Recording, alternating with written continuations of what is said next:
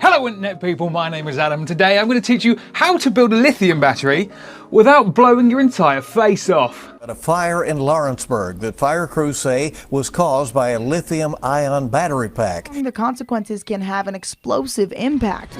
Meanwhile, at 30,000 feet, another alarm for flyers.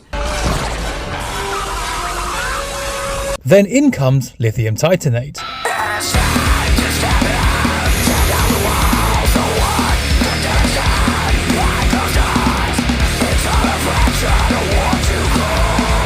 Disclaimer, if you decide to play with lithium and something catches fire, I take no responsibility for the fact that you're a human potato. I say this because I have experienced the fact that should you decide to short something between these two terminals or between any voltages, things glow red hot, really fast, and it's kind of scary. Before we go too much further, I think it's really important to show you how quickly you can burn your life down with one of these things. What we have here is a Yin Long, which sounds like a Chinese special, but it actually is a very good piece of technology. And because I've been learning Mandarin, I can see that that says 40 amp hour and 2.3 volts. There's no other way I would have possibly known that. So whilst someone that is about 90% moron can put one of these banks together pretty safely, if you're part of that 10% club, go back to school.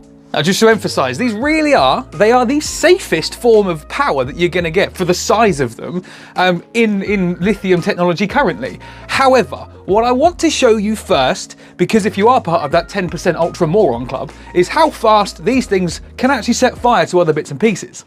It's a 2.3 volt cell. It's charged at 2.34 volts. Let's see if this catches fire. Yep, so that's things going pretty bad. Now, of course, the argument to that is, Adam, that would happen with a car battery as well. At 2 volts. Would it? So just to put in really bold letters, don't be a f***ing idiot. Most of you are going to be used to seeing this kind of battery which goes in a car. This is your average 12, 14 volt battery, whatever you want to call it, and it goes in the car, and it weighs about 31 kilos. This thing is an absolute behemoth. And to give you some comparative perspective, this big old dinosaur water-filled dickhead of a battery, and these 6 cells are literally a third of the size and are 4 times more powerful. And that's not to mention the ridiculous weight difference. This, I could barely bicep curl with one arm, and I'm pretty sure this, I could probably bicep curl using my gentleman's sausage. A cock push-up, my friend, is where you lay on your stomach and lift yourself off the ground with nothing but your boner. Now, it's at this part in the video I'm going to ask you to do what we always do when we go like, comment and subscribe. However, you'll see that there's something else that YouTube now helps small creators with. Whilst writing your comment, which I know you're going to do because it helps boost the algorithm, thank you very much indeed. Swipe left. Swipe left on the box that says comment and you'll see that it goes hype this video.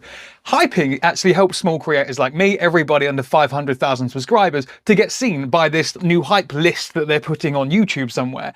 So I'll make a deal with you. Get me to number 1 on that hype list and I will short one of these cells out properly and see if it explodes. Right, we're here to build a battery, so it's probably time that we built a battery. That seems like a plan. Time for a spot of launch.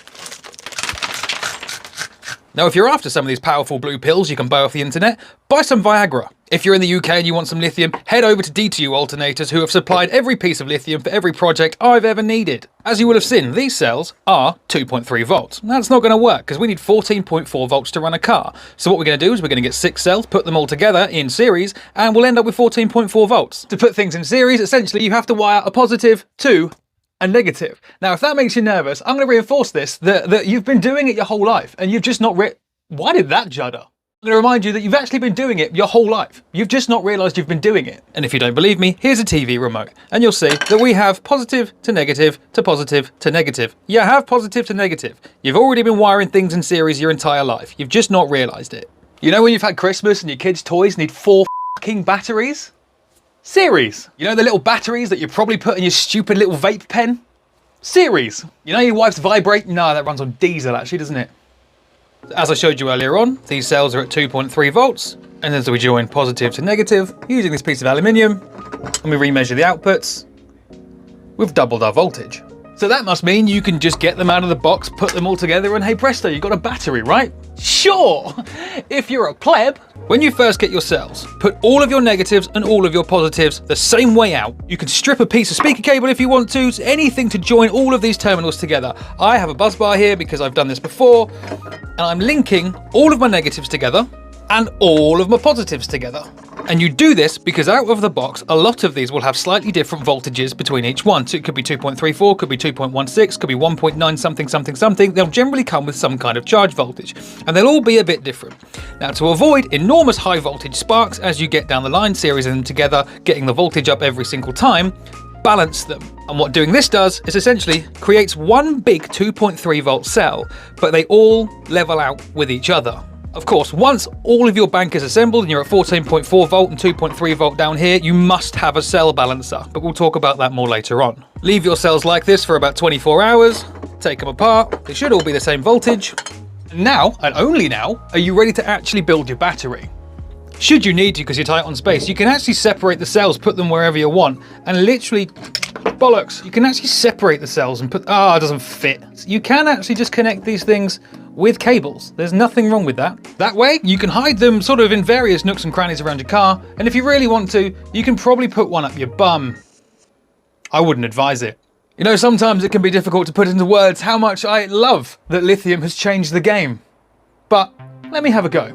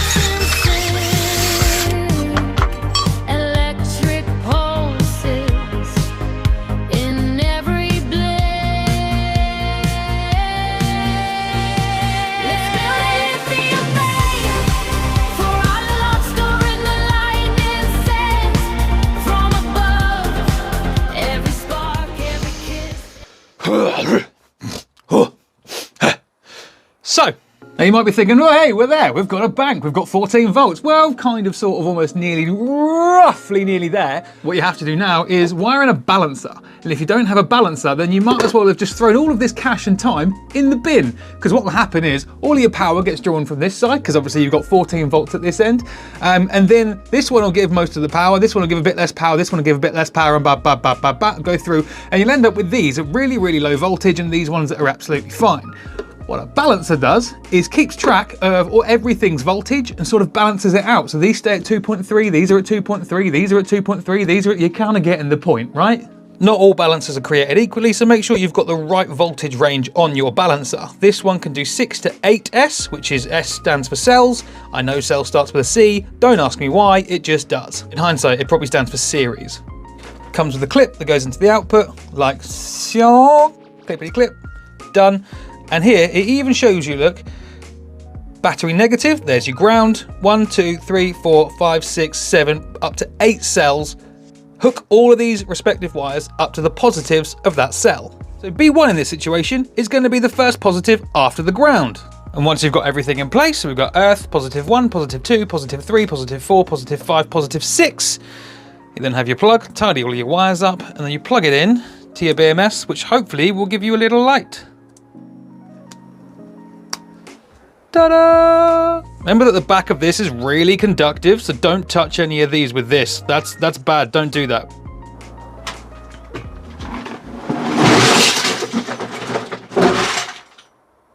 You know what? I'm keeping this bit in the video because I'm going to show you what just happened. Are you joking? Oh no. And there you are. Well done you. You've done it. You've smashed it. You've made powerful power one of the most powerful batteries on the planet. You've given it a balancer. You've made it safe. And now it is ready to absolutely send whatever sound system you've got in mind for it, because it's a 14 volts and it'll run your car at the same time. Get rid of your front battery. Don't need it anymore. One last piece of advice. Don't put it in a metal box. That's a bad idea. Please remember to subscribe to the channel. 100k is so very close. Please hype the video. Use the feature that YouTube's given us to be able to boost little creators like myself that put our heart and soul into these videos. I've been Adam, you've been amazing. And as always, be good to each other. I'll see you next time. Let's build a lithium battery.